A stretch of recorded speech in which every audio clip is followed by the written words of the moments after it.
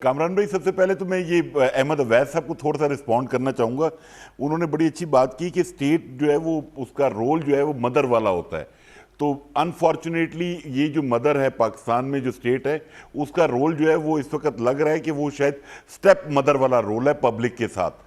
और जहां तक रही बात जो अभी बजट पेश हुआ है, आपने इंट्रो में बहुत अच्छी बात की आपने तो इतना खुश कर दिया है अपना अहमद अवैध साहब को कि अहमद अवैध साहब जिंदगी में जब से मेरे शो में आ रहे हैं कभी मेरी बात सुनकर इतना नहीं मुस्कुराए, इतनी मोहब्बत भरी निगाहों से मुझे आज तक कभी नहीं देखा उन्होंने।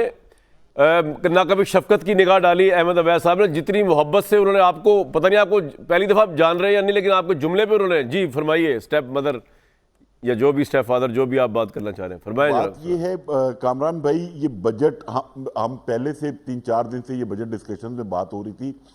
प्रॉब्लम ये है कि ये बजट डिज़ाइन करते वक्त, इस पे वर्किंग करते वक्त किसी चेंबर को, किसी एसोसिएशन को ऑन बोर्ड नहीं किया गया, क्योंकि बेसिकली आपने आईएमएफ को खुश करना था। आपने सिर्फ बजट की जो नंबर्स हैं, जो फिगर्स हैं, टैक्सेस की परसेंटेजेस हैं, उनको इंक्रीज देना था।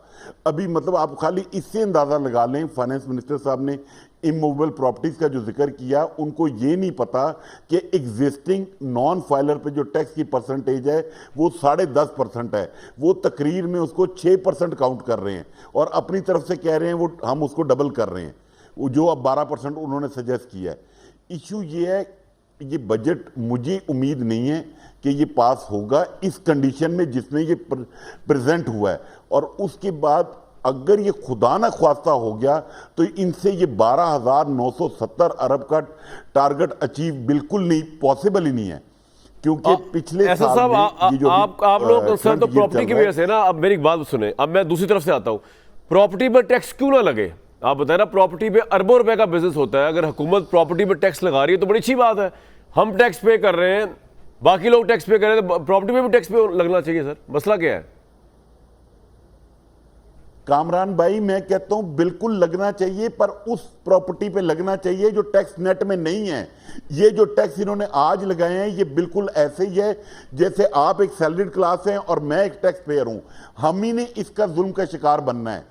और जितने भी ये सर सैलरीड क्लास की तो जबरदस्ती क्या कंपल्सरी कट जाती है असल भाई? प्रॉपर्टी वाले तो अगर ब्लैक में ले जाए मनी को तो पता नहीं चलेगा। मैं आपकी बात नहीं कर रहा, जो लेके जाते होंगे, एक मिसाल दे रहा हूं। हम तो सैलरी वाले तो ब्लैक कर ही नहीं सकते, वो तो आपकी कटनी है हर महीने। सर यही तो मैं कहना चाह रहा हूं। मतलब बात यह है, मुझे ये समझ नहीं आई फाइनेंस मिनिस्टर साहब को ये बात क्यों नहीं अंडरस्टैंड कर पाए कि उन्होंने ये जो टैक्स की परसेंटेज बढ़ानी थी, इसकी जगह 2.5 साल से एफबीआर वैल्यूएशन नहीं बढ़ी। आप वैल्यूएशन बढ़ा के भी तो टैक्स कलेक्ट कर सकते थे। मतलब जितनी प्राइवेट सोसाइटीज हैं, जो डेवलपर्स हैं, उनमें से किसी की एफबीआर वैल्यू नहीं है, ये उनको टैक्स नेट में कैसे लाएंगे? ठीक है, आप कह रहे हो कि उनकी रिसेंट वैल्यू या करंट वैल्यू या एक्यूरेट वैल्यू नहीं है। अच्छा, तो अहमद अवैध साहब, ये तो गुफ्तगू सारी आप सुन रहे हैं, क्या इससे आपने निकाला? इतनी अच्छी अच्छी बातें की उन्होंने, हमारे साबिक वफाकी वज़ीर दस्तगीर साहब ने, उनको भी रिस्पॉन्ड करें, और एसर मलिक साहब ने भी फरमाया। अवैध साहब देखिए, एक बात बड़ी वाज़ेह है, जैसे अभी इन्होंने भी ये बात की है ना कि सारा बजट जो है ये कमरे के अंदर बैठ के तैयार किया गया। इसमें मुख्तलिफ सेक्टर ऑफ सोसाइटी जो हैं, जैसे चैम्बर ऑफ कॉमर्स है, बड़े डिपार्टमेंट हैं जिनका ताल्लुक़ इंपोर्ट से भी है, एक्सपोर्ट से भी है पाकिस्तान की, और पाकिस्तान की मईशत में उनका एक असर है। टेक्सटाइल इंडस्ट्री है, इसी तरह और दूसरी बहुत सारी ऐसी इंडस्ट्रीज़ हैं। तो आप जब मुख्तलिफ सेक्टर ऑफ ट्रांजेक्शन जो है, क्रॉस सेक्शन ऑफ सोसाइटी के साथ जब आप डिस्कशन करेंगे तो आपको मालूम होगा कि क्या हो रहा है और कैसे होना है। ये ऐसा महसूस होता है कि ये सारी फेक परसेंटेज फिगर जो हैं ये बना दी गई हैं, और ये वहाँ उनको एक रिपोर्ट जो है आईएमएफ को पहुँच जाएगी कि भाई यू शुड बी सेटिस्फाइड।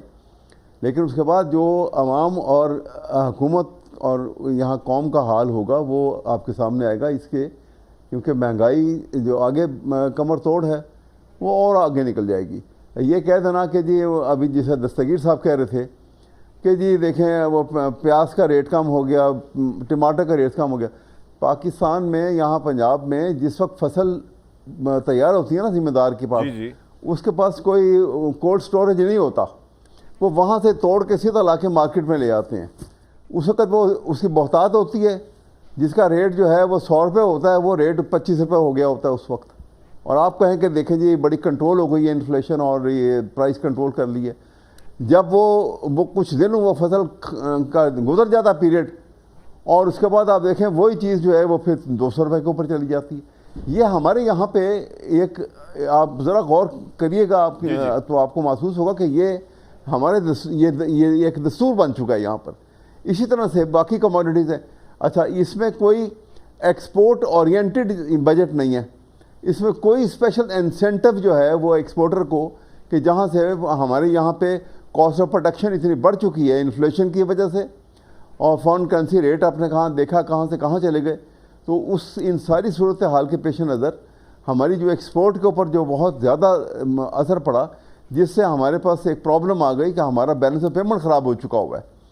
वो बैलेंस ऑफ पेमेंट को ठीक करने के लिए इंपोर्ट को हमें कम करना है और एक्सपोर्ट के ऊपर तवज्जो देनी है, लेकिन वो स्पेशल इंसेंटिव कहीं नज़र नहीं आए कि जिससे आप ये कहें कि एक्सपोर्ट को बहुत, गवर्नमेंट ने आप आके एक ऐसी फिस्कल पॉलिसी बनाई कि जहाँ से एक्सपोर्ट को बहुत फ़ायदा होगा।